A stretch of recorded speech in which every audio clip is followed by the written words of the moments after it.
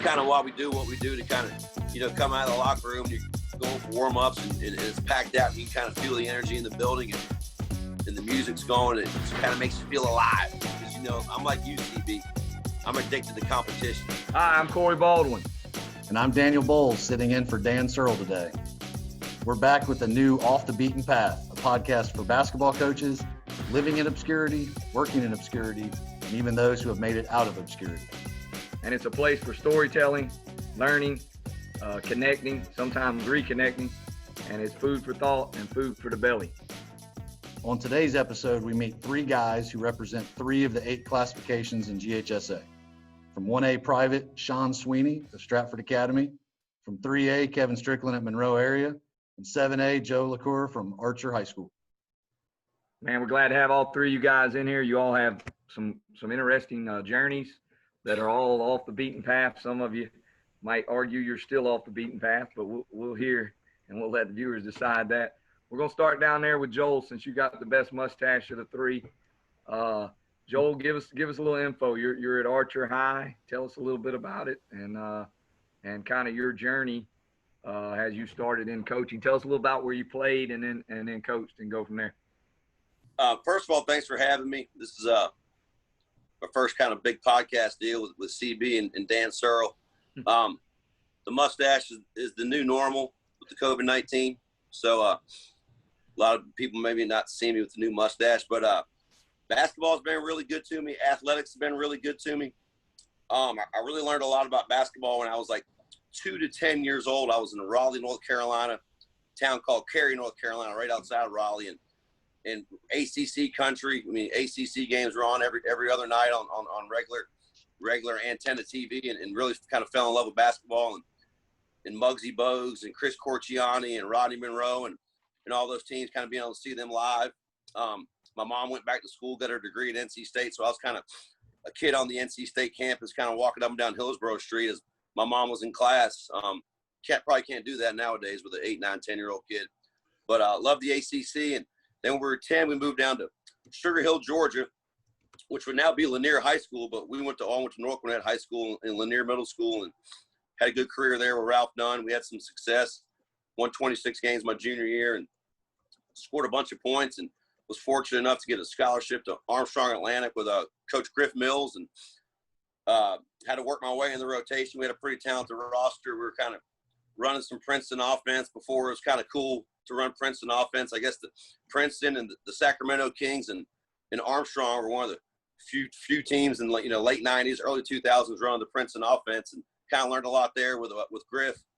And then when I graduated from there, I was at Parkview High School with Coach Tim Watkins and for basketball, and Coach Cecil Flo for football. And it was basically the year after they just went back to back state championships for football. And I was hired for basketball and special ed provisional. And Coach Flo kind of pulled me into his office, maybe my second or third day at school. And he's like, "Hey man, I know you're a North Gwinnett guy. I know you're a basketball guy, but I know you played some high school football. I need some help with the 9th grade staff, and would you mind helping?" And I was a young guy, and I was definitely ready to help Coach Flo and kind of see how that state championship program, that state championship pedigree was ran. And so Coach Watkins is a JV basketball coach, did a lot of 9th grade football for Parkview, and I was on a special ed provisional, but I was really a health and PE teacher by heart and by IQ. So I never really got any of my certification stuff for special ed. So after about 3 years, I was kind of looking for a job. And me and Burkhammer were in touch at Armstrong. And he needed a GA, and I went down to Armstrong to be a GA for him to get my master's degree. And we had some good teams there. My first year there, we were 21-9. Went to the national tournament. Actually lost in the first round of Catawba in the 4-5 game in the South Atlantic Regional. And I learned a lot from Burke. And about 2 years into that, when my time was up as a GA, I kind of realized if I'm going to stay in this college basketball coaching as a Division II assistant or an NAI assistant, I was going to be really, really overworked and really, really, really underpaid. So I decided to go the high school route and was the head basketball coach at Windsor Forest High School, Savannah Chatham County Public School, basically a mile from Armstrong. And the athletic director, John Sanders, kind of gave me my first shot to be a head coach. And John Sanders is now the athletic director for Savannah, Chatham County Public Schools, the entire county now. So he's a great contact, and he had a confidence to hire me because I was kind of a young coach with zero high school head coaching experience, and had a 5-year run there where I sent a couple players to UCB with the old Waycross Swamp Foxes. And we had a pretty good season. 3 out of 5 years we're in the state tournament. Upset Northside Warner Robins in the 1-4 game. They had won 25 games, and we only won about 11 games coming out of that competitive Savannah region. And so we made it to the Sweet 16 in 12 and 13 my last year at Windsor.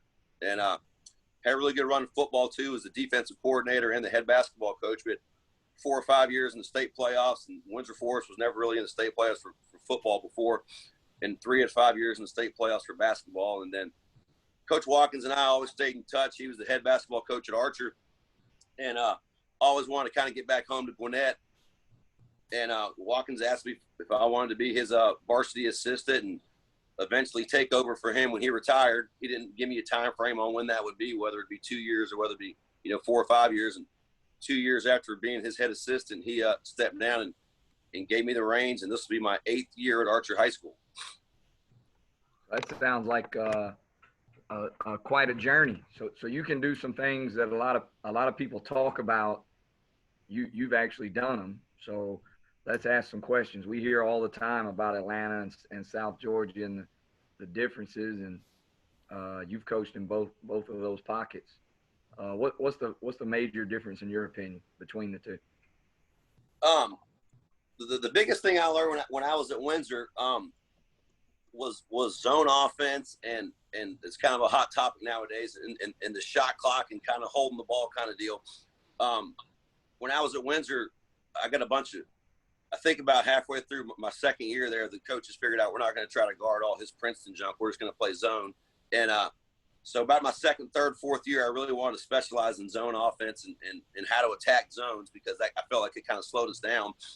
And also kind of coordinating the defense behind if you are down 3 or 4 points in the fourth quarter, how can you get the ball back? Because legendary coach Tim Jordan down at Savannah, if he had a lead on you in the fourth quarter, he was going to spread that thing out with his 3 good guards, and you had to figure out a way to get the ball back. And you just kind of sat back and didn't do anything. He'd hold the ball for 4 or 5 minutes. So I think that being down there helped me kind of, be a better zone offense coach, be a better pressure defense coach. Like defensively, we're going to try to dictate to the other team how we want them to play. I think in Gwinnett, it's more, I wouldn't say college basketball like, but it's more like a lot of sets, a lot of scouting, a lot of man-to-man type stuff, where you kind of really got to be in touch with personnel and matchups. So I would say a lot more zones and zone traps and pressure defense down south, and then in Gwinnett, kind of more college level type I would say philosophies and people that you're going against. Like in Savannah, you might have to prep against 4 or 5 sets. If I'm playing a Daniel Bowles or a Coach Pierce or whoever, Greg Phillips and Burt Marr, I got to prepare for 20, 25 sets. So I'd say the prep is a lot harder up in Gwinnett.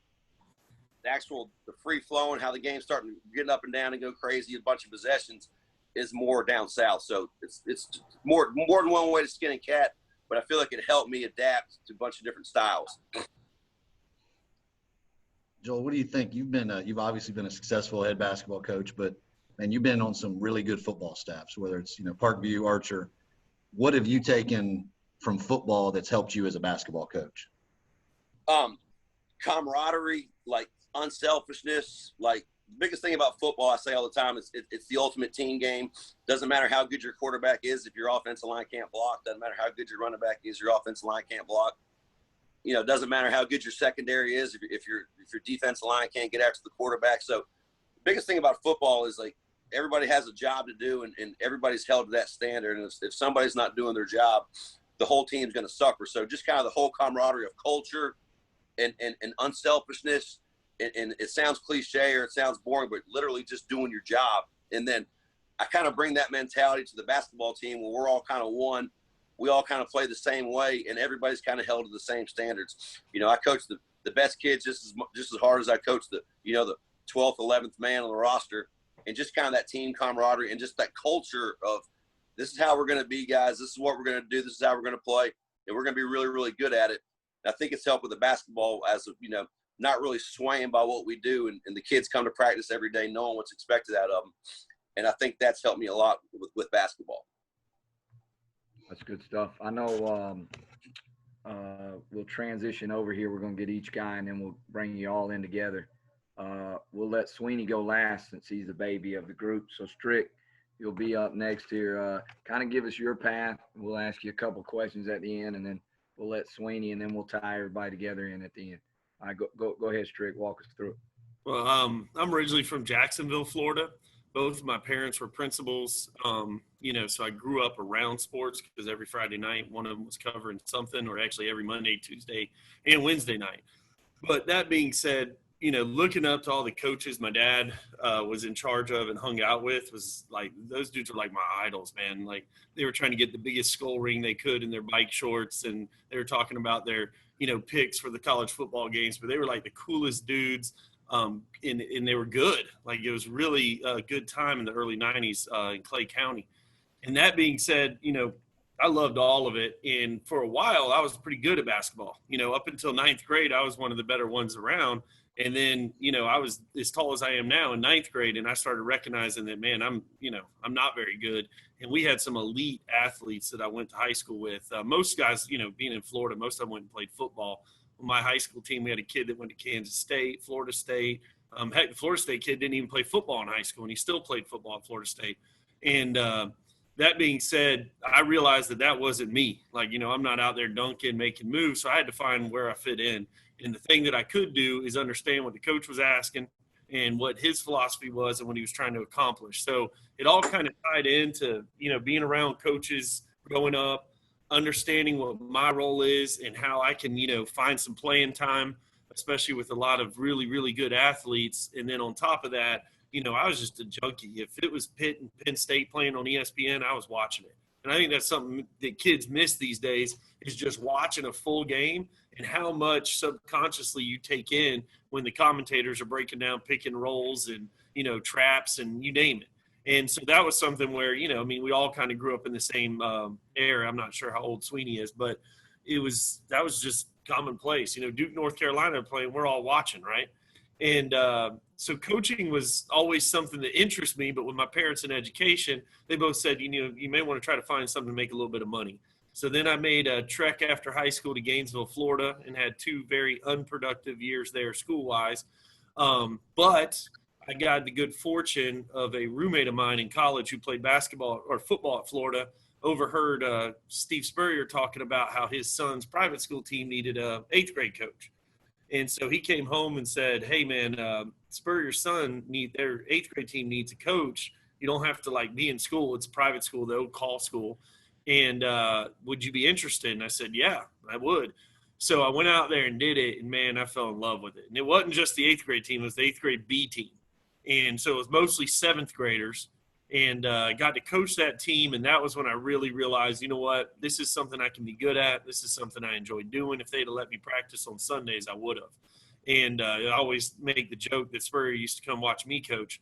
But the truth is it was a blast. And I finally figured out, all right, I'm going this route, but I'm nowhere near where I need to be while I'm in school here. So my brother, who was a cop in DeKalb, said, why don't you come up here, get away from some distractions, and focus on your schoolwork. Atlanta's a hotbed for basketball. We're talking 2000. So Dwight Howard, the beginning of Lou Williams, Burkmar back-to-back.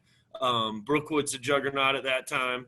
And I don't remember when Kwame Brown fits in, but even he's in Georgia, right, even though he's from the South. So I come up here. All of that's taking place. And I'm finishing at Georgia State, super motivated, realize what it takes to get through school. And then my student teaching happens to be at Cruz Middle School, which is a middle school in the Brookwood district. So when I get the job there, they have a basketball coach, Charlie Hollingshead, a really good dude and ridiculously good teacher. And he had no help. And he's not really a basketball guy. He was just doing it to help out the principal. And so whenever I saw he didn't have anybody help him, I said, hey, can I help assist you? And he said, absolutely. So what that really did for me was taking some assistant role with a guy I don't know. Was the principal took notice. And the principal is one of these guys that he's heck, I don't even know, area superintendent now in Gwinnett County. I mean, he just kept climbing and climbing and climbing. He never stayed anywhere too long. I know he's principal at Norcross. And so he hired me to help out with 8th grade basketball. So now I'm going from basically 7th grade basketball to 8th grade basketball. But I've got a job. I've got a PE job. I'm in a great area. And after 2 years of that, I said, you know what, I got to get into the high school ranks. So I sent like a handwritten letter. We're talking like 06 to a couple of high schools that were right around us. Of course, Brookwood being one of them, and Craig Whitmer, who was the coach at the time, the guy before Bowles. And he read it, and I said I'd work for free. So he calls me up and says, hey, I got your letter. I'm interested in bringing you on staff, but you did say you were going to work for free. And I said, yeah, that's fine. I just want to get in the high school ranks. And he said, well, here's what we'll do. We'll put you as you'll assist me, but you'll help the sub-varsity in any way they can, whether that's riding the bus or whatever I needed to do. So I was a sub-varsity assistant, but about a month into it, he came to me and said, look, if we get a JV or 9th grade job, you'll be my guy. So I was just trying to earn my stripes. And our 9th grade coach at the time, Ryan Ledden, a really good dude, but he's a baseball guy. And while he was really good at basketball in high school, he didn't, he wanted to keep his wife happy, and coaching 2 sports wasn't the way to do it. So he left. So I got the 9th grade job. So now I went from 7th to 8th to 9th and did the 9th grade job. And man, I'm a freak. Like I would go scout other 9th grade teams, like, cause all the Gwinnett schools are so close. If I heard there was a game going on Wednesday, I'd stop by because I wanted to win and I wanted to do it well. So after that, I think Bowles, I was still the 9th grade coach when you took over. I don't know. Yep, because Coach Prince was still there. Okay, so I was still 9th grade, and then Prince stepped down, or there was some crazy rule with him not being able to do it. So then I got the JV ranks. That's whenever I met Joel. But funny story, Joel, after about 5 years of coaching JV, I was at Brookwood, the whole time, and I'm thinking, I got to meet more people because I'm not from here. I don't know anybody other than the people that I'm meeting, through summer camps or attending like Gwinnett tip-off club meetings. Because Craig, he was trying to, make his wife and kids happy. So anytime there was an extra Gwinnett thing, he would just send me to do it. And it was good because I'd get to meet people. But about 5 years in, I heard that Archer had an opening. So I said, well, I like where I'm at. I'm good. And then I heard like a week later there was a PE job attached to it. And I was like, I probably need to call because I live in the Archer district. It's going to give me another coach to work for. I'd already worked for Craig and then Daniel and whatever. So I called him up. He's like, actually, I got a guy in South Georgia who I've already offered the job to. And if he doesn't take it, I'll call you back. And that was Joel. But at any rate, that being said, I stayed at Brookwood. Working for Daniel's one of the best things I've ever done. He lets you work. He let me run my team the way that my team was built so I could crash and burn. And at the same time, we still instilled his philosophies. Working for Craig, who was a totally different coach than Daniel from a philosophical standpoint and just personality. So it was good to have those exposures to different people. And then ultimately, I didn't even try or apply for a head job for 8 or 9 years because I knew I wasn't ready. But when I got the opportunity to start doing that, I interviewed at a few places and finally landed the job at Chestatee, which was probably the one place that would have hired me because they just went 0-23. And when I talked to the AD, and I've been at Brookwood now for a while, I guess 11 years at this point, and he said, why do you think you haven't been hired as a head coach yet? And I said, well, considering your guy just went 0-23 and got the head job at Dawson County, who at the time was pretty darn good and still is, I said, clearly it's head coaching experience because that's all he had. And he said, you know what? We're at a place where we could take a chance on a JV guy. I'd like you to come in and interview. So everything went well. So I took the job at Chestatee High School. What was nice about taking over a program that was in the doldrums at the time was we won 5 games the first year. And, the AD even said, man, we may build a statue after you. So it's a lot different than taking over a program where, you win 5 after they just won 17 or even 12 for that matter. So we won 5 and then 7 and then 13. So we kept climbing. Great school, great administration, but I lived an hour away. And while we were trying to move, we had some health concerns with some family members that caused us to stay. And so when Monroe area opened up for the 4th time in a row, I decided I would try to take that leap of faith and come over here. And the funny thing is, the whole time I'm at Chestatee, Monroe keeps opening up just for various reasons. But I had promised that AD that if I took the job, he's like, you got to give me at least 3 years. So I didn't want to go back on my word. He's the first guy to give me a shot. And literally, I have nothing bad to say about the place. It was a great place with great kids. But I kept saying, dang, man, I mean, I'm missing out on this chance to be right close to home. So it opened up. I was able to switch over to here. It's an amazing school, a cool community. I think we'll talk about more whenever we get into the single A versus 3A versus 7A thing. But since I've been here, we were successful in the first year, went to the Elite Eight. I think we could be even better next year. We're just, it's a great place to teach, a great place to coach, and it's kind of where I'm at. Strick, you want to kind of tell everybody with being at Monroe, and you've been some different places. Obviously, you were at Brookwood for a long time. What was the biggest challenge? You came in, and correct me if I'm wrong, you were the fourth coach in 4 years? I was the fourth coach in 4 years. So what the hardest thing was just terminology. Like what I call the midline, someone may have said halfway. And the kids didn't really know. They didn't have any program. And the coaches all left for different reasons. The first guy left to take a college job. Well, he left in July, so they brought in Bolin DeBose, who was super successful at Jefferson. Great coach. He played a straight 2-3 the entire season. They had a really good year, but he was a retiree, and Walton County doesn't like to do the part-time thing. So he left. Then they brought in the guy they thought would be the guy, and he just, for whatever reason, didn't want to be here. So he left. But at the same time, like I said, I'm taking over kids who have trust issues with their coach because he's not there long-term. We're doing different philosophies, but one of the positives with our kids is, first off, they love basketball. When I'm at Chestatee, the kids just want to do skill development. They want to get better themselves because, well, they need to get better themselves. Here, skill development is like on the back burner. They just want to play and compete. So I had a competitive group. I think, I won them over early just by being consistent and being fair. And, I'm not one of these guys that makes a ton of rules. If they walk out there and practice with earrings, I wasn't getting on to them early on. My biggest thing was about communication. If they got popped in the ear and it bled, well, that's your fault. That's not mine. I'm not stressing about that type of thing at the moment. And what it came down to was we had open lines of communication. If they were going to be late for any reason, as long as they told me why, I wasn't going to hold it against them. And then once we started opening that communication, the trust started to develop, and I think we're in a really, really good spot. How is it varied for you? You've been in 4 different places, if you count down in Gainesville, where all of them are very different financially as well. I'd imagine going from Chestatee to Monroe, that's a big difference. How has that affected you, coaching-wise and teaching-wise?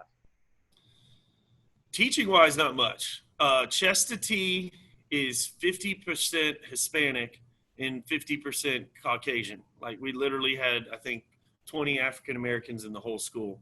And the Hispanic population is not the most affluent in that area.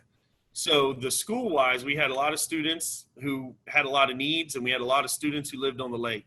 Here in Monroe, it's very similar. It's just a different culture in that we don't have many Hispanics, but we have a lot of African-American kids. But it's the same type of school. It's also the same type of school I grew up in.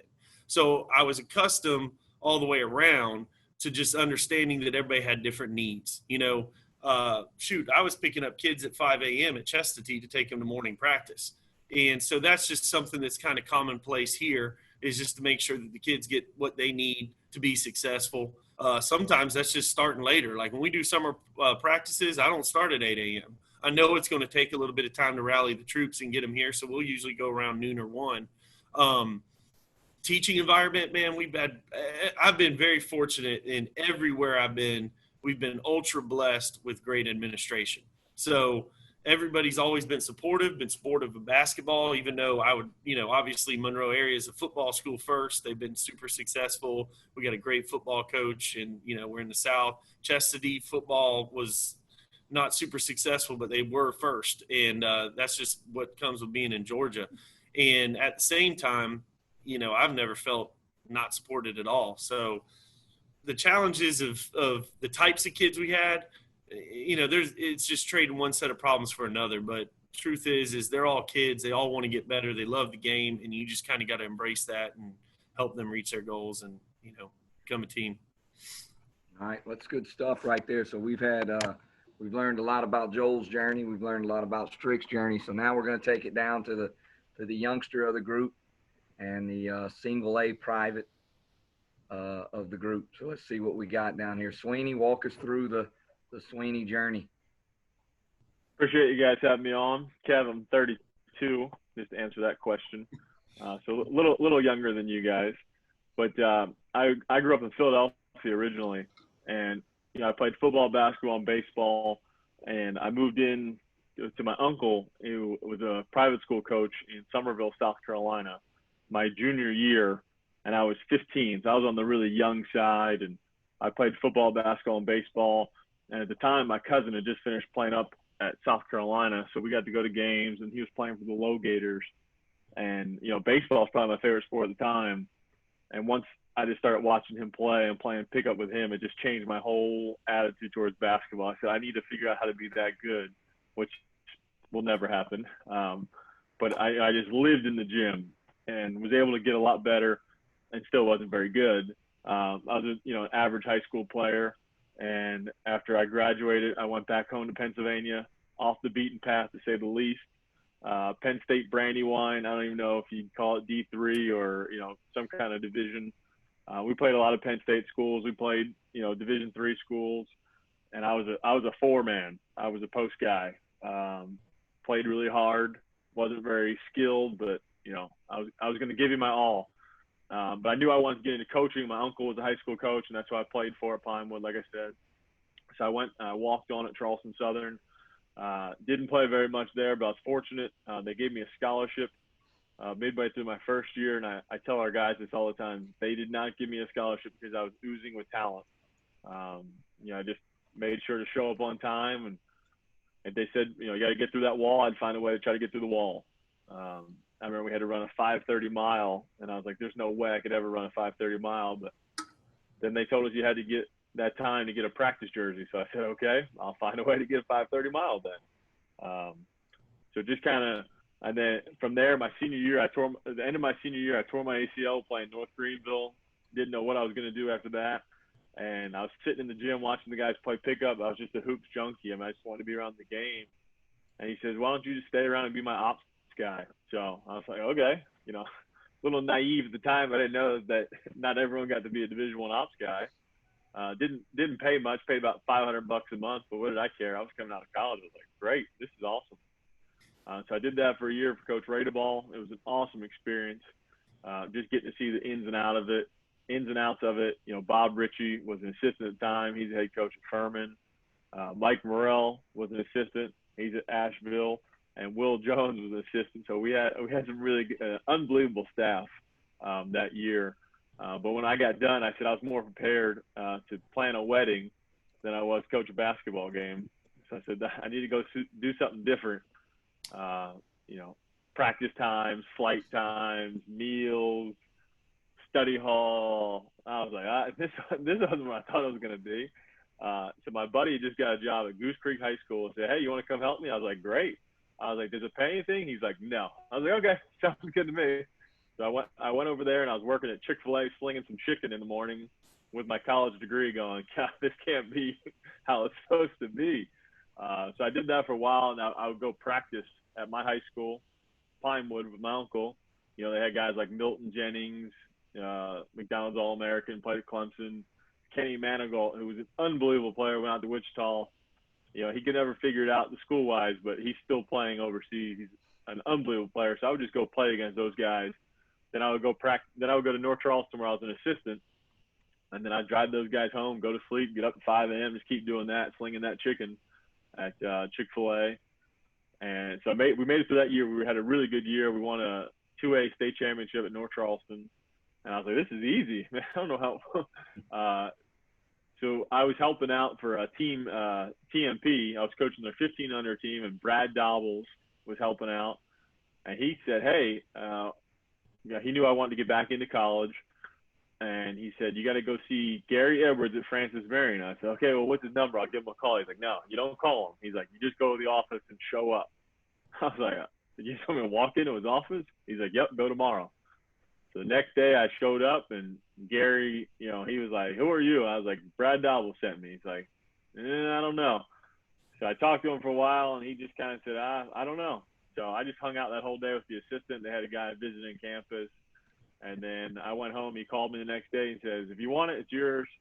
I was like, okay, great. And basically he just put me in charge of recruiting, which I knew nothing about. And he said, we're not very good this year. I don't care if you're at any games. It ain't going to help. So you might as well just go recruit. So I just stayed on the recruiting trail as much as I could. I probably only missed about 5 games that year, but just tried to be out as much as I could. Was fortunate we signed a lot of guys. I didn't know no idea what I was doing. You know, there was a Goodman transfer list, and I just started calling every guy. I would stay up till 2 o'clock in the morning. That was the best time to get a hold of those kids when they were on social media. We signed a bunch of guys, and, you know, I called Coach Leader at Georgia Southwestern. I heard that Will Mons was leaving, and, you know, he had a guy lined up, and I said, okay, well, let me know. And something happened with that guy, and he called me the next day and said, you still want to come? I go, yep. He goes, it's full time. I said, great. He goes, do you want to come look in America? Because I'd never been. The way the league worked out, we didn't go there. I said, no, if it's full-time, coach, I'm in. So that's how I got to Georgia Southwestern. We were there 3 years, went to 1 NCAA tournament. And, you know, that was an experience of a lifetime living in Americus, Georgia. But I loved it. I still love Americus. Was fortunate enough to be the associate head coach there, and was recruiting a guy, O'Shawn, Hawk for life. And I got to know Coach Faraba at Stratford, and the coach at the time, Jamie Dickey, was getting out of it. He was losing QT, O'Shawn, James Mitchell, and said, I think this is a good stepping off point for me. He got out of the business, and I was fortunate enough to get the job at Stratford, and drove up there and met with everybody. It's an unbelievable school. The administration is great. And I've just been very thankful. Coach Faraba, you know, he's just a definition of a servant leader. You know, he'll never do anything that he wouldn't do himself. He'd never ask you to do anything that he wouldn't do himself. And, you know, he's been so supportive of us, you know, and we have a great relationship. I think, you know, we got out of 21 guys in our program, 16 or 17 of them play football. So it's a huge number for us. And, you know, we have to go early in the morning because football lifts in the summertime from 7:30 to 8:30. And then the guys that play basketball come with us and work out. And, you know, he's always asking me, what can we do? And how can we make sure these guys are getting to do both? And he's a Stratford grad who played football, basketball, and baseball, so he gets it. And, you know, I was fortunate enough to play those sports in high school. The calendar worked a little bit better in SCISA than it did versus the GHSA. But, you know, so I think it's awesome for those guys to get the opportunity at a smaller school like ours to play all those sports. And, you know, it's stuff I can remember, you know, from 13 years ago. So Sweeney, that's where we're at.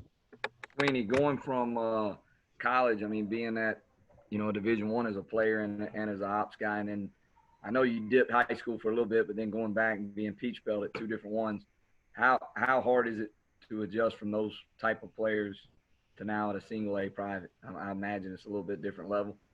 It's definitely a different level. You know, we've had some pretty successful players at Stratford. Mm-hmm.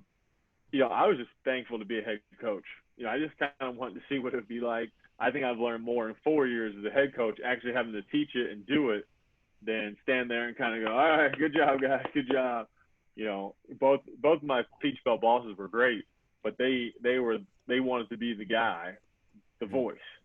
You know, and that's, you know, everybody does it different, and they've both been very successful coaches. Coach Edwards is great. Coach Leaders, you know, both of them have won a lot, but they had a heavy voice at practice. So it was kind of good to get out and, you know, really see if you could do it or not. But yeah, the guys are different. At first, you know, coming from college to high school, I was kind of like, man, these guys just don't love basketball enough, you know, because I had been in the college mode for so long. And then I kind of got back to my roots of, yeah, but this is the best time of their lives. They're playing football, basketball, and baseball. Like, this is it, man. Like, they're so fortunate, and it just you gotta make it work a little bit. And you know, they're high school kids, so it's different. You know, they're not on scholarship. Where our college guys, they were on scholarship. You expected them to be in the gym all the time. And we still have a few guys that are gym rats, but there's guys that want to get in the batting cage just as much as they want to get into the gym. So, Sweeney, I know we had, you know, Joel talked about the difference in South Georgia and North Georgia, and, you know, Strick kind of being from Florida and coming up here. how different is it when you talk growing up in Philadelphia, playing a couple years up at Penn State, and then coming back? How much different is basketball in the South, whether it's South Georgia, South Carolina? What are the biggest differences to you? I've been fortunate to be all over the place. I can remember being in being in grade school, going and watching Kobe Bryant play. Our youth coach took us there. In our gym, in our college gym, Tyreek Evans' team played. And it would be insane, those games. I mean, there's a following for sure. Jameer Nelson played at Chester High School. That was like our rival before I transferred down. So I mean, there's good basketball everywhere. So I think it's just depending on where you're at. In South Carolina, it was similar to here as far as so many of our guys were football, basketball guys. Where I thought, at least in my pocket of Philadelphia, there was more of a basketball mindset than anything else, and that's why I ran with a little bit more. But there's definitely some differences between the three. Got it. Now, with Cory and with Dan, when he's on here, there's always kind of a topic of the podcast or however we want to look at it, and you try to get some guys that work together. So I think what we talked about earlier is trying to find out, man, the difference in levels in Georgia. And I know you guys have been at various levels. Sweeney's unique in that he's recruited Georgia as a college coach and now coaching, and Strickland being Gwinnett County and Hall County and now Monroe. But for you guys, just kind of tell us what you see as the big difference in levels, just that you've seen in the state of Georgia. And I guess, Joel, we'll start with you. You've been quiet for a while. We'll get you going. That's the great thing about basketball. You need 5, 6, 7, 8 guys that can roll, and it doesn't really matter how big your school is. If you got players, you can compete with anybody. When I was at Windsor Forest, we had 900 kids in the school. We were playing the highest classification in Georgia just based on, the geography of where we're at and where GHSA needed that Savannah region to be. There's all the Savannah schools in there with Camden, and Camden was 2,500, 3,000 kids, and they were perennially towards the bottom of that league every year to the Groves and the Savannah Highs and the Johnsons and the Windsors and the Jenkins. And so that's the thing about basketball. It's what kind of players you have, and classifications really are irrelevant. If you got players, we lost to St. Francis this year. We had a starter out. We were a pretty good 7A team. We were ranked top 10 all year, and we had a starter out against St. Francis, and we played them tooth and nail, and we're down about 3 with about 3 minutes to go, and Odom and those kids went on a run, and next thing you know, you look up, we're down 15 points, and, they end up going back-to-back single-A private state champs. And so, anybody can beat anybody, and classifications are kind of irrelevant in basketball. With the top echelon teams. Now, the middle of 7A, 7A is a lot deeper, and everybody's got a lot, it's tougher to win games like day in and day out in 7A, but, you're a good 3A, you're a good 2A, you're a good 4A, 5A, 1A school. You can compete with anybody in basketball. Coach Strickland, you want to go next? Well, I would echo what Joel said, in that 7A, I mean, all of y'all are huge as far as 2,000 plus students. You're going to find a good team. So there's not really a 7A team that just sucks, right? There's no nights off in that regard. Whereas like Sweeney, I would guess, I'm just maybe speaking out of turn, he's probably got 5 games he's guaranteed to win. He's probably got games he's guaranteed to lose because the top end is so heavy. There's a big discrepancy there. In Joel's, I would argue that everybody's good. I mean, now, obviously, there's going to be some separation, and when you get to the real top, they're ridiculously good. But I'm fortunate in 3A that while Pace was a juggernaut last year and we're staring down the barrel of another one in Sandy Creek, we lost to 2 of the worst teams on our schedule as far as record-wise, but we also beat 6 state-ranked teams. I mean, so the ability night in and night out to win and lose is not as great as it is with 7A or single A, and that the top end is beatable and the bottom end is still a pretty damn good team. Whereas in 7A, every night's a grinder and the top end is usually a juggernaut. Same thing with single A. I mean, the juggernauts are just everywhere. And I think what Joel was alluding to is all of the top, it doesn't matter what class. But it's that middle of the road, and it was proven this year to us in a slap in the face that we lost to a couple of teams that we flat out, I don't think our kids believed we could lose to. And we did. And not only did we lose, we lost by double figures both times. So I love where we're at in 3A because I think the competitiveness is, like I said, we can go out and, beat a top 10 team. And at the same time, we better be looking over our shoulders because anybody can beat us. Whereas, I think single A is a little bit different in that, you've got your juggernauts and you got some schools that are just struggling to, put a competitive team out there. In 7A, man, every coach is good. Every team is good. It's just a matter of how good. Sweeney? Yeah, I mean, 7A is a whole nother beast, but, we had, Green Forest, depending on the year, for 75 students, they get an unbelievable amount of 7-footers over there. And they, I don't know how they do it. It's unbelievable. A lot of at least I think with the smaller schools, 3A to 1A, it kind of cycles through a little bit. If you can keep your team together, and you can kind of build a good culture, every couple of years you're going to be really good, then you'll be okay, and you might have a down year, and then it kind of goes back through. At least that's what I've seen. And then there's the Green Forest, the St. Francis of the world, that it doesn't matter what year you play those guys. I think Green Forest was at one point the third-ranked team in the country. I could be wrong. I think it was about 3 years ago, early in the season. Not for 1A, just in general. But and then when we have a really good year, you got to have some things go right, and you just hope you can keep it close late in the game against those guys. The year before I took over the team, their best team, I think they went to a Final Four and lost to Green Forest, and we'd lost to Green Forest a couple of years in a row here. I think that's the year they won it all, and I think it was like a 4-point game late. I think they pulled away, but you just you brace yourself and hang on, and then there's a few schools. I don't think there's many where you're going to win every night, but occasionally if they're having a bad year, and then the coaching in the 7A is really good. But in our little region last year, I think 4 out of the 5 guys had been college coaches at one point. So those guys that can coach. One, Gavin Chapman, he was the head coach of Bruton Parker. So there's definitely some guys who can coach. So no matter where you're at in basketball. Now, Sweeney, the last couple of years, you guys have also been in a region where you have public and private schools too, right? Yeah, exactly. Wilkinson County and Twiggs were both in our region, but then this will be the first year that will be straight private school in our region. Okay.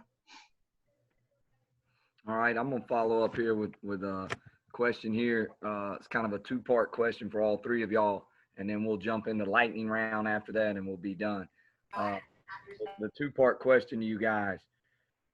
One would be, and we'll start with Sweeney and work back down. We'll start with a young guy one time, but one would be, do you have more guys playing multiple sports when you're at the smaller classification? Do you rely more on that? I think Sweeney's already kind of said, yeah, but I want to kind of hear your talk about it and how you share it. And then the second part, does the smaller schools get more community involvement? Because it usually seems that way in my time of recruiting, but I just wanted to hear you guys talk about that a little bit. All right, so Let me go real quick just because I got to mask up and go do my duty in 3 minutes. Okay. One thing I'll say is that the 7A atmospheres are amazing because there's just so many kids that a lot of them care. So you're going to have packed houses, but you're also going to have kids like Bowles always tells the story that the day he went to go play in the Elite 8, he had a kid in his class ask him if he was going to the game. So, not everybody in the school's connected. Whereas like in Monroe and at Chestatee, like on Friday nights, it is rare to not see a kid. I mean, most of the students are going.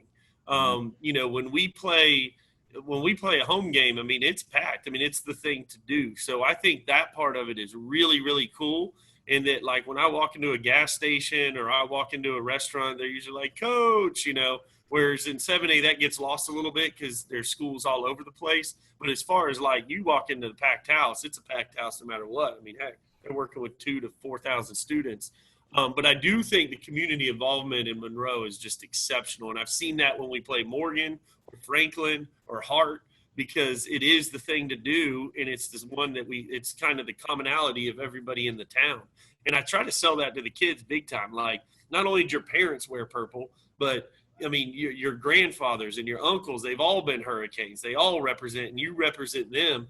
And it's a really cool thing. I mean, when we played our game versus Pace, you know, they're the #1 team in the state, arguably one of the best teams in the entire state, and yet we filled their gym out. And it was just because we had a little bit of a good run, and the community sport's just off the charts. I'm going to go mask up for a bit, and I'll be back in about 10 minutes. With us, you know, out of our 21 guys, nobody plays one sport only. So, you know, in the spring, they're either doing track. We got some tennis guys. You know, some of our guys run cross country in the fall. Nobody right now in our program, we have nobody that is a basketball only guy. So that's, you know, we're fortunate in that sense that, you know, our guys are teammates with other guys in so many different things. You know, on Friday nights, a lot of our guys are there. Most of our team is playing, and then a lot of the other guys go and support them. As far as community involvement, we have so many private schools in Macon. I think it waters it down a little bit. You know, our community is great, but we just have so many different private schools. And we have so many things going on. Like we have swim team, wrestling team. You know, our swim team is a huge team in our school, and they play Friday nights. So, you know, a lot of those kids that would be at our games supporting us are competing for our school, which is great. But, you know, when I look at like Wilkinson County, you know, obviously they've been really successful. But when we play at their gym, like it is the thing to do in that town because that's, you know, there's not a lot going on. There's a lot of people packed out there. So, What about you, Joel? We generally have maybe 1, 2, 3 kids that play football and basketball, and I'm a football coach with them. It's just, you know, at our region, at our level, it's so demanding where I don't get a lot of them during the summertime because they're doing 7-on-7s. You know, they got 4 or 5 hours a day for football, and you know, basketball you gotta train them all the time in the off season, in the fall, and then the summers where, you know, the skill development's so much for us because we're kind of smaller the way we like to play, so skill development's really, really big. So unless the kid can help us, like we had a big kid, Jalen Brown, that's going to be at West Georgia playing football. He, you know, he's a big 6'4", 260 wide body kind of guy where he kind of filled a role. But it's very hard to get a football guy that does football full time to come help in basketball when football's over, just because at our level their skills are not up to speed where we need them to be, and you know, a lot of times they can't help us. And we do have a lot of kids, and most of them start specializing in you know, this Gwinnett Metro Atlanta area. You know, the specialization of sports a real deal with whether it's baseball, basketball, football. It's kind of cool how Sweeney's guys play all 3 sports. That's kind of a blast from the past, and that's kind of a good thing. You know, you hear John Smoltz talk about it all the time, the specialization of sport, but you see that all the time in Metro Atlanta where, you know, I got a 9th grade quarterback that tells me he can't throw today because his pitching coach said he can't throw, you know, and so it kind of gets in high school in our area where people in 9th grade, they almost start choosing. Whether that's right or wrong, it's kind of the reality of it. We just kind of roll with the basketball guys that play basketball and roll with the football guys that play football. And there's, you know, maybe 1 or 2 guys a year that kind of do both, and they got to fit a specific role, like we said earlier. Community involvement. To be totally honest, to be totally blunt. If we're bad, they don't come. If we're good, they come. Friday nights they'll come. South Gwinnett, Shiloh, and Grayson will always be packed out on a Friday night, whether we're good or we're bad.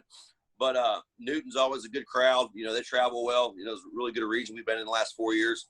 But, you know, there's been a couple years where we kind of won like 7, 8, 9 games my first couple years as a head coach, and we didn't get a lot of fan support. You know, last year we were packing them out, you know, at least 2,000 fans in the stands on a Friday night at home games. And then the big rivalry games, you know, it's standing room only. So those atmospheres are unbelievable. It's kind of why we do what we do to kind of, you know, come out of the locker room, you're going for warm-ups and it's packed out and you can kind of feel the energy in the building and the music's going. It kind of makes you feel alive because, you know, I'm like you, CB. I'm addicted to competition. So the community involvement's been good these last couple of years as our team has increased their success. That's awesome stuff. All right, now it's the best part of the show, in my opinion. We'll go to a little lightning round. And then after the lightning round, we'll let both you guys, and if Strick makes it back, all 3 of you guys close out with anything else you want to add. I think that was some insightful stuff, not only on you guys' career, which I know is what most people like to hear, how people get where they get, but also on the different classifications. So we'll go in the lightning round. Here's how it works. We'll ask a question for each, it's for every guy, and you try to answer it as quick as you can. Bowles has been on here before. He's known as the slow lightning round guy. He answered very slow on a long answers, but we'll try to go quick through them. But we got a little time as Strick is parking buses or doing whatever. All right, so we'll start off. I'm always a foodie, so I always go to the food questions right away. All right, Joel, this one's just for you. Best place to eat in Savannah, since you were down there at Armstrong for 2 stints as a player and a coach. You can't give me just one. If you're going for throw out a couple. If you're going for pizza, it's Benny's. If you're Benny's trying to wine and dine a girl and impress her, it's the Pink House. And then you got all those. You got all the Chart House and all those good seafoods on our River Street. The Savannah's probably the best town I've ever lived in for good eats and restaurants. I love Savannah. What's the best place to eat in Charleston, Sweeney? A Savannah-like town. Mm-hmm. Sisters. The best place right by Charleston Southern is Willie Jewell's Barbecue. We used to eat there all the time. It's a chain. It started to spread out a little bit. It used to only be right there in like one other spot. But they took good care of us. They catered a lot of our, after practice stuff, and they're just good people. You can see the football stadium from there. It's a good spot. All right, guys. So we got one choice for you. All right, you get to hear one coach speak at a clinic for one day. Joel can be football, basketball, doesn't matter. But if you had to choose one coach to go listen to at a clinic, who would it be? We'll go Sweeney first. Oh man, that's a tough one. Bennett, Virginia. Just sit down and just listen to him as much as possible. Pack the line. Hopefully his dad could come and give a little speech as well. Just love following them and their journey to a national championship, losing to a 16 seed, the ultimate, the crushing blow of that, and then to come back a year later and win a national championship. I don't know them at all, but just seems like they do it the right way. They don't get the biggest star guys. They just play hard. I love watching those guys play. I think that'd be a really good, awesome day. All right, Joel. Basketball would probably. I'm a big Brad Stevens guy. He's NBA now, so probably Dana Altman at Oregon. I think he's really underrated what he did at Creighton with the Ryan Sears and Korver. He mixes a lot of defenses. What he does offensively is pretty special. I try to watch it on TV, but don't really understand all of it. So I love to hear him and kind of pick his brain at that clinic. And I'm a big PJ Fleck guy. I'm a big row the boat guy in football. I like it. Roll the boat. All right. All right. We'll go to another one. All right. Both you guys played in college. Okay. Obviously, you might have been the poor man's version, but who would you say your game was like that's a pro or a college player? You may be the poor man's version. We're not trying to say you really are Kobe, whoever. I don't know if I can talk that bad about anybody. Jeez. Who you got down there, Joel? Probably that lefty PG with the Suns and the Heat. What's his name? Dragic, Bowles. Your Heat guys. Gordon Dragic. Yeah, Gordon Dragic. I like trying to get in the paint and dishing it off and hitting step back threes off the pick and roll. So I'd probably say Dragic. I always tried to model my game after Allen Iverson growing up in Philadelphia. That the answer. If anybody's seen me play, I don't think that would be a good comparison. If you come watch me play pickup basketball, which hasn't happened in a while, Doug McDermott would be a good guy. When I was in college, Adam Morrison was the guy. That's who I wished I was. Just he could shoot for days, and that's kind of my pickup game for sure. I can give you a funny one. When I was at Clayton, they would give me the Chris Herring comparisons. Okay. But then it came out, he's a big druggie, and that didn't go over well. And hey, my uncles used to referee Chris Herring when he was in high school, AAU and high school ball. They say when he was a freshman and sophomore, he was the best player in Massachusetts. Super talented kid. I love it. I was definitely the poor man's version. All right, go ahead, Bowles. And I was to say we'll have to ask Strick that question when he gets back. Cory, one thing about y'all's podcast, if we're talking off the beaten path, you got Coach Strickland out at bus duty. You had Jeffrey Portier out on the golf course as an assistant AD. So I think you found a way to get some guys really off the beaten path here. That's right. Hey, we proved they actually are working too. That's right. We proved they work. All right, go ahead, Bowles. You got a question for him, Bo? So guys, since I'm sitting in for Dan Searle today, I got to go with the Dan Searle staple question. Best book you've read, or what book you're currently reading? Sweeney, we'll go with you first. Currently, I'm reading the TV12 book. Just picked it up about 3 chapters in, and Tom Brady fascinates me, being as old as he is, and maintaining that level, fitness, and was injured once, and really wanting to dive into his big word is pliability. I think I'm saying it right. Just finished actually a Dave Ramsey book, Entree Leadership. A big Dave Ramsey guy. Gotta give my guy a plug right there. I love it. All right, Joe. Malcolm Gladwell, Outliners, and blank. I'm a big Malcolm Gladwell guy. In Outliners, he talks about it takes 10,000 hours to truly master a skill. He talks about the Beatles playing 8-hour shows in Hamburg, Germany, and how much reps the Beatles had. Talks about Bill Joy programming computers. Talks about Canadian hockey kids.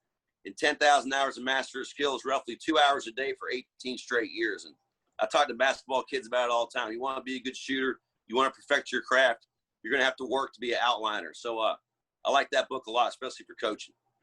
All right. And then here's my favorite question to ask. I didn't ask it the last couple of podcasts, but I love it.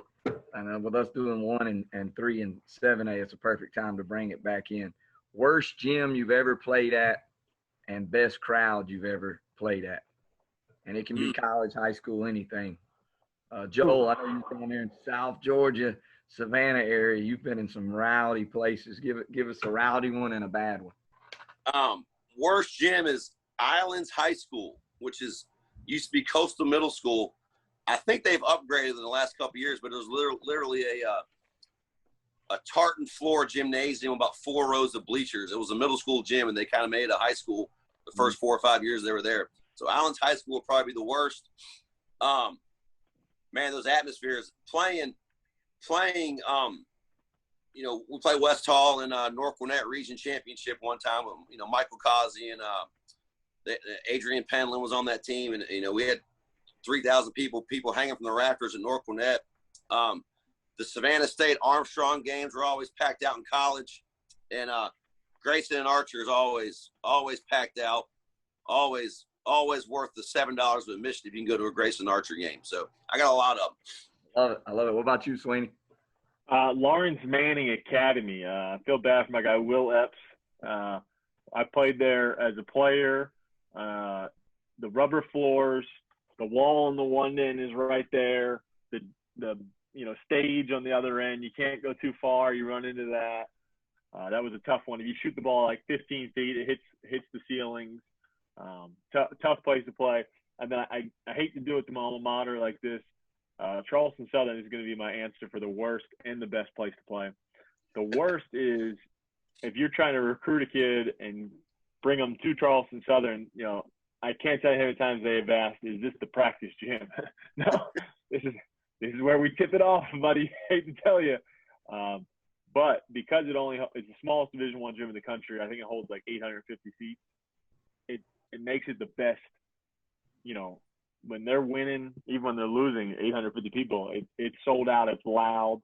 It's a great place to play. So that would be my best and worst for that one. All right, guys. So what would you say, and this can be playing or coaching as well, what's your best basketball memory that you've had as a player or a coach? Joel, you want to start this one off?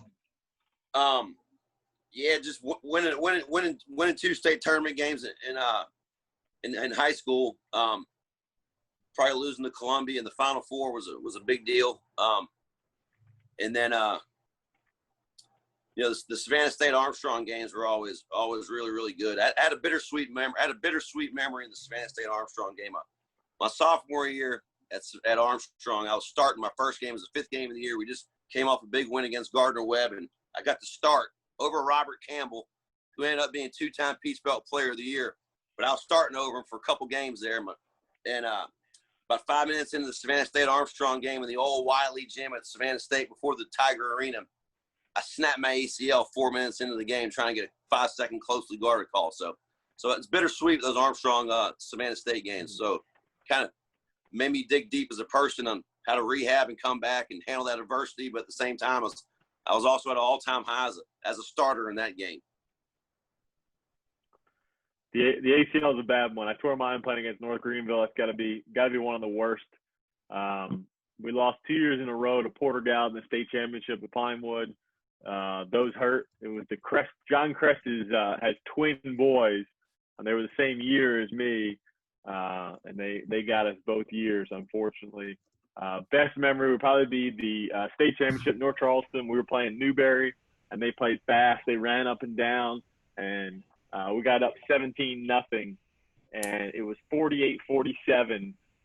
Their best player had the ball with a corner three. As he shot it, I went, "Oh boy, this doesn't look good," and it rimmed out, and we won the state championship. That was probably one of the best memories as a coach for sure.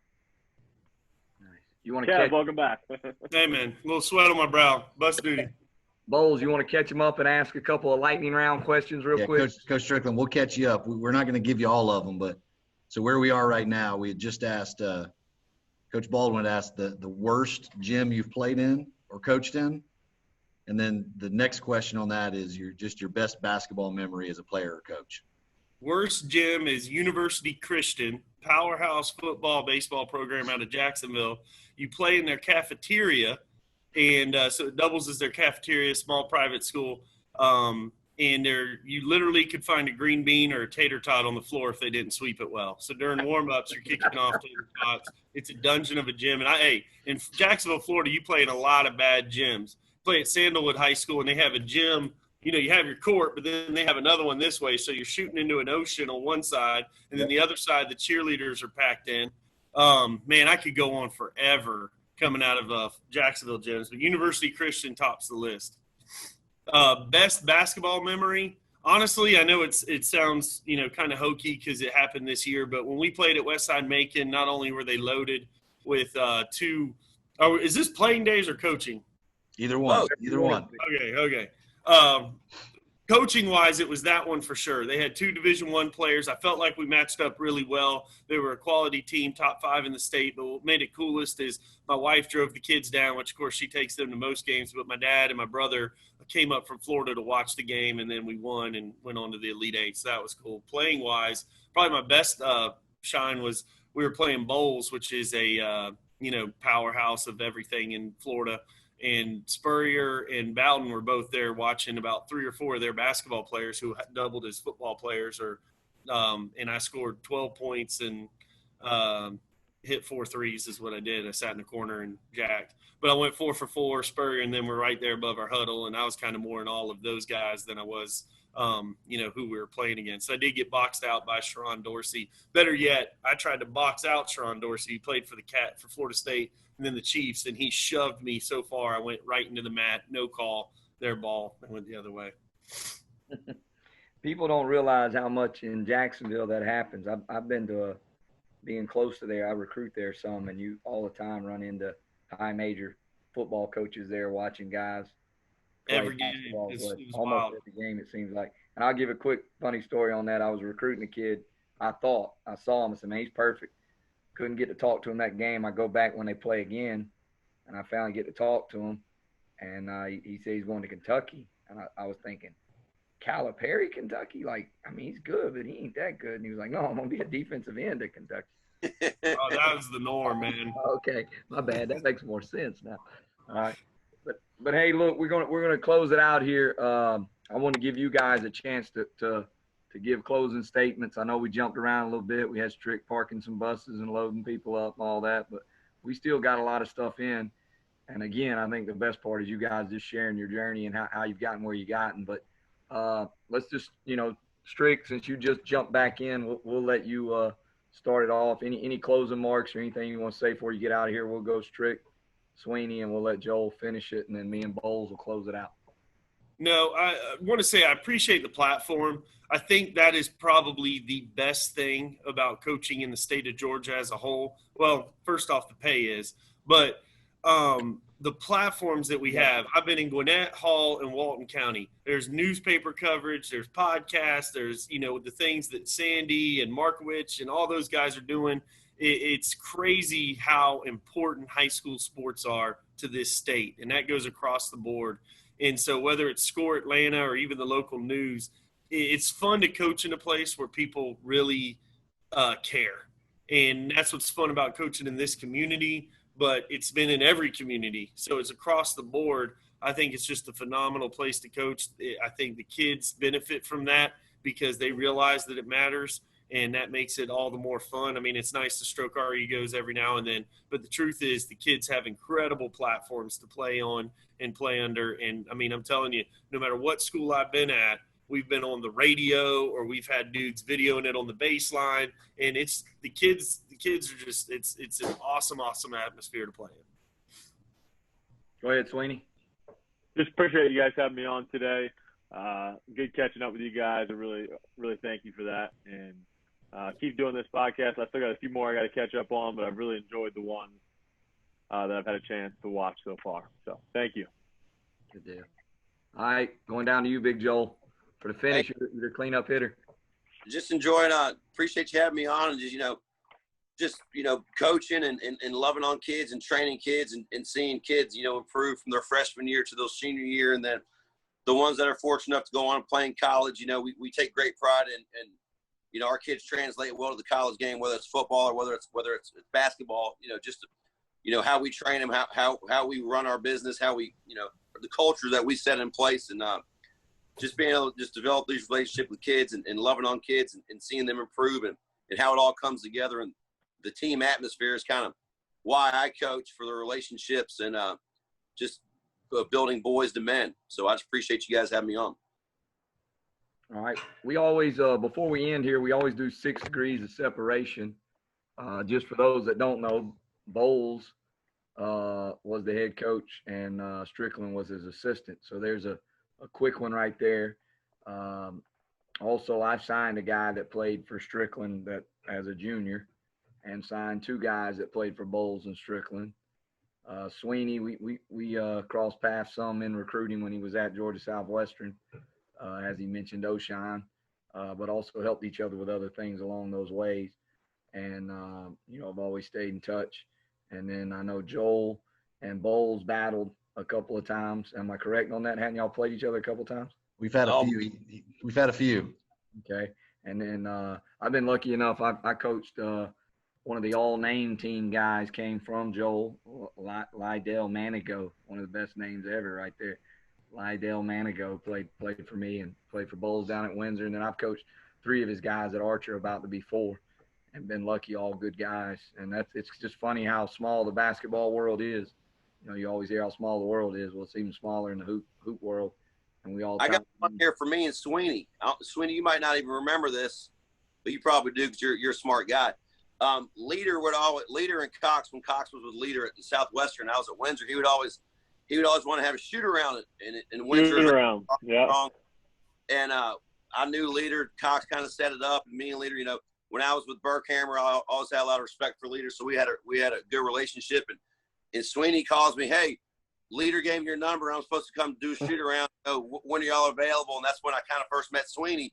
Was scheduling shoot arounds for Coach Leader when he was at Southwestern, and then just being able to link back up with Sweeney these last couple months, some group texts and stuff like that. It's been really cool to kind of get back in touch with Sweeney. Our best player on that team, he hated those shoot arounds the day of the game, but we always had to go do them. They were full tilt, man. They were an hour long, and it was full tilt. I was impressed by how hard you guys went. That's funny. Definitely got after it. We used to go the other way around. We would do a shoot around when we would play South Georgia Tech. When I was at Truett, we would do it at Southwestern. And I'd always tell Leader to schedule it where we could come in and watch maybe the last 30 minutes, an hour of practice. And he would just be barking at the guys. Our guys always loved it, I'm sure he was barking. He's one of the best at that. Bowles, you got any more 6 degrees of separation here that we got? We got a lot going here. I was going to say, I think you knocked him out. That's why I appreciate you letting me fill in for Searle on a day where it's some guys with, got to work with Strick for, I think it was 7 or 8 years. We were here together. Wow. It was weird. I went from being at South Cobb, having 2 assistants who were 2 of my really good friends, Chris Watkins and John Kelly, to I get to Brookwood and I inherit. There were 4. I think there were 4 of you guys, weren't there? 4 of us. So I inherited 4 assistants, which can be the best thing or the worst thing. And we got lucky. There were some really good guys.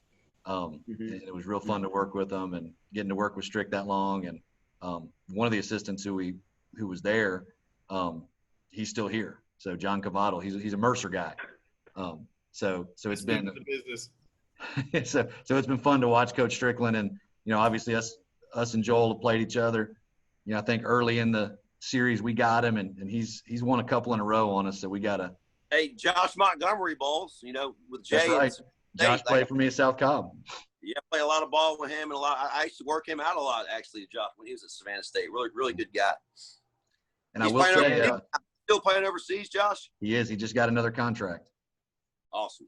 And Cory, the Monroe area Hurricanes and the Archer Tigers are both scheduled to come to the Deep South Classic in December. Yes, So, sir. I know we'll be there. The Hawks. Got some will be connections there. here. I was saying Cory should be there recruiting too. That's right. I'll be there. I'll be there for sure. All right.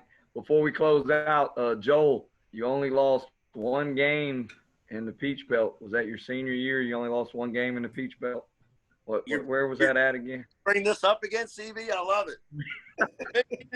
Last regular season game of the Peach Belt, my junior year, we're rolling, ranked in the top 20 of the country. We won about 16, 17 in a row, started the non-conference, and we go to Clayton State with CB and Corinne and Jackson and Big Marlin and all them. And I got benched in that game for saying a curse word on the court. Stole a rebound from the big – yeah, I stole a rebound from the big 6'9" guy from London off a free throw, and they called a foul on me. And I just hit 2 deep threes. I was about to warm up. I was in the zone that year towards the end of the year, and they ended up beating us in double overtime, and it broke our streak and broke our heart because no one's ever went through the Peach Belt season undefeated in the regular season, and we were trying to do that. And CB and the Clayton State Lakers broke our back. And we kept a streak alive. We had a strange streak. I think it was just us and Columbus are the only ones that have been to the tournament every time, because you have to qualify usually in the Peach Belt. Now they had some years where you didn't, but yep. That back in those days, it was a 12-team tournament. Yeah. Yep. I'd love to see the Joel scouting report from Clayton State back then. I need to see that. I need to see if I can dig it up. I know. Heber ran a lot of sets. It was all set oriented with Heaps. All sets. That's all we did. That's all we did back in the pre. That's all the shots. Yeah. Remote control basketball, some say. Yeah. All right, close us out, Bowles. Close us out, man. All right. So on behalf of Dan Searle, I'm going to close you guys out. You can keep up with the podcast on social media. Instagram, it's at Off Beaten Path Podcast. And on Twitter is at Off Beaten Path _. Thanks for listening to the Off the Beaten Path podcast. And hey, we're a show for those who want to coach, those who used to coach, those who are coaches, those who follow coaches, and those who hire and fire the coaches. And we hope you tune in to us every week. And we really enjoyed these 3 guys right here. Thanks, guys. Thanks, guys. See you guys.